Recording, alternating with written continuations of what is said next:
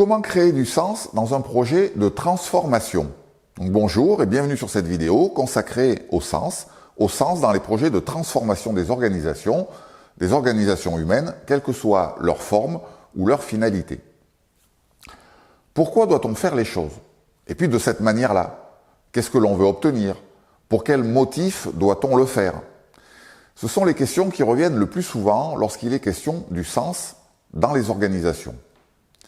Et cette notion de sens, elle est très souvent liée à la vision, à la projection dans le futur, pour que l'ensemble des parties prenantes comprennent bien les enjeux d'un projet de transformation et ses origines.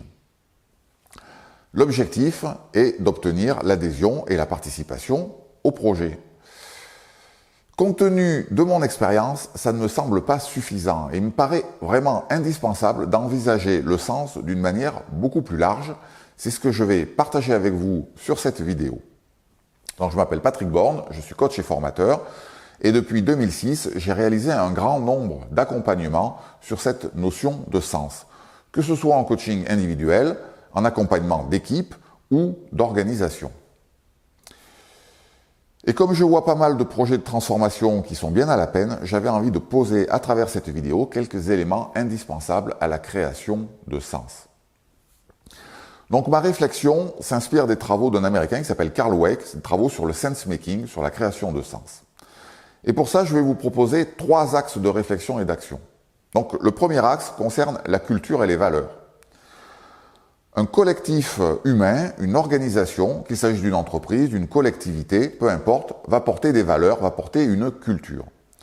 Et cette culture, je peux d'une part la percevoir et y adhérer, ou non, ou pas. Nous avons là un premier facteur de création ou de destruction de sens. Est-ce que je peux vivre dans ce collectif parce que je connais et partage ses valeurs, sa culture? Nous sommes dans une relation perception, adhésion, j'y crois, j'y vais, je m'engage. Je vais vous donner un exemple de destruction de sens sur cet axe lié à la culture. Un directeur de business unit chargé de distribuer en France des produits d'une grande entreprise me parle du désengagement de ses collaborateurs. Cette entreprise a la réputation d'être très proche de ses clients. L'ensemble du service client ne semble plus adhérer à la direction que prend l'entreprise. Et donc en vérifiant les valeurs de l'entreprise, nous constatons avec surprise que le client n'y figure plus, d'une manière ou d'une autre. On y parle d'efficience, d'excellence opérationnelle, mais plus de satisfaction client. Et tout ça accompagné d'un plan de réduction drastique des coûts, et les collaborateurs de cette structure commerciale ne s'y retrouvent plus. Ils ne se retrouvent plus dans cette nouvelle culture qui a oublié le client pour se focaliser sur la réduction des coûts. L'entreprise est en train de changer de culture et d'identité et ça a vraiment du mal à passer. Donc dans tout projet de transformation, la première question à se poser serait celle-ci. Le projet va-t-il avoir un impact sur notre culture, sur notre ADN, sur notre identité? Et si oui, comment allons-nous nous y prendre pour que nos collaborateurs puissent évoluer? Et sur quelle échéance de temps? En sachant que les changements d'ordre identitaire sont les plus longs et les plus difficiles à mettre en œuvre. Il est beaucoup plus facile d'apprendre à utiliser par exemple un nouveau logiciel que de faire évoluer ses valeurs. Ça peut même être carrément impossible. Deuxième axe, la stratégie. Qui dit projet de transformation dit enjeu, des gains, des pertes potentielles si ça ne fonctionne pas, des objectifs, une stratégie et des moyens pour atteindre ces objectifs. Donc le sens se crée ici dans la relation entre ma contribution et ma rétribution. Ma contribution, c'est ce que je dois faire dans le cadre de cette stratégie et les moyens dont je vais disposer pour le faire. Et puis ma rétribution, c'est ce que j'ai à y gagner individuellement. Et la question peut se poser également de la même manière sur le plan du collectif. Est-ce que la stratégie est claire et compréhensible? Est-ce que j'ai compris ce que je dois faire, ce que j'ai à faire? Et est-ce que les moyens que l'on me donne pour cela sont adaptés? Et est-ce que je vais être reconnu pour ma participation? Autant de facteurs de création ou de destruction de sens. Un exemple. Une division au sein d'un groupe doit mener un projet de transformation important. Et ça résiste. Rien ne se passe. Ce sont les fameuses résistances au changement. Quand le patron de cette division me parle du projet de transformation, j'ai beaucoup de mal à comprendre. Je lui demande les documents de présentation élaborés en comité de direction et qui ont été présentés à l'ensemble de la structure. Et pour moi, c'est un vrai fouillis. Alors j'imagine les collaborateurs recevant ce message.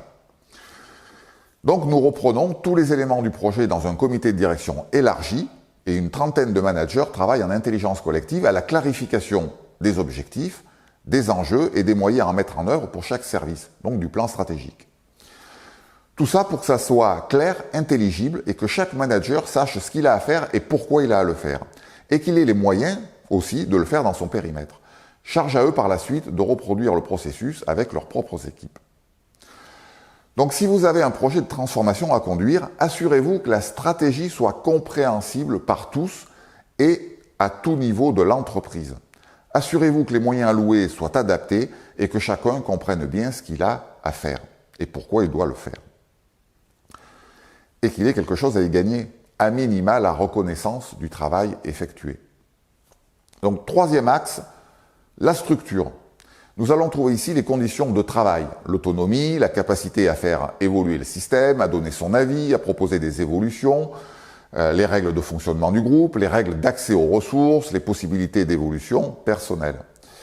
Donc cette dimension, elle porte sur une relation participation-évolution. Je fais et je peux faire évoluer, ou voire même évoluer moi-même. Donc je me souviens d'une équipe fortement désengagée. L'évolution de l'entreprise a amené les membres de cette équipe à subir complètement leur travail. Ils n'ont plus aucune marge d'autonomie, alors qu'ils auraient vraiment plein d'idées et de propositions pour faire évoluer positivement l'organisation du travail au sein de l'équipe et également dans les relations transverses avec les autres équipes à côté d'eux. Et tout ça pour plus de performance et d'efficacité. Mais tout est figé, ils subissent complètement. Lors d'un séminaire d'équipe, nous faisons émerger toutes ces propositions, puis nous les faisons remonter à la direction, qui avait validé au préalable, bien sûr, le fait que certains processus pouvaient être assouplis. Les propositions sont validées, mises en œuvre, l'équipe et ses membres retrouvent de l'autonomie et une certaine capacité à influer sur l'organisation de leur propre travail. Leurs compétences sont reconnues et le niveau d'engagement remonte en flèche, pour le plus grand bien de l'entreprise et également le leur. Donc sur cet axe, n'oubliez pas de prendre en compte la clarté des processus, les besoins fondamentaux d'autonomie et d'auto-organisation de vos collaborateurs, leur besoin de se sentir compétents et responsables en étant force de proposition pour faire évoluer le système et évoluer eux-mêmes. Et en plus, ce n'est pas qu'un besoin, ils sont compétents, responsables et ils connaissent très bien leur boulot et ce qu'il faut faire pour que ça marche bien, à condition de leur poser la question. Voilà, c'était quelques réflexions sur le sens dans les organisations et les projets de transformation. Et puis, dernier point important, pensez bien au fait que la création de sens est un processus endogène. C'est-à-dire que le sens se crée à l'intérieur de nous. Nous créons du sens. Ça ne vient pas de l'extérieur. On ne peut pas faire rentrer du sens dans la tête de quelqu'un.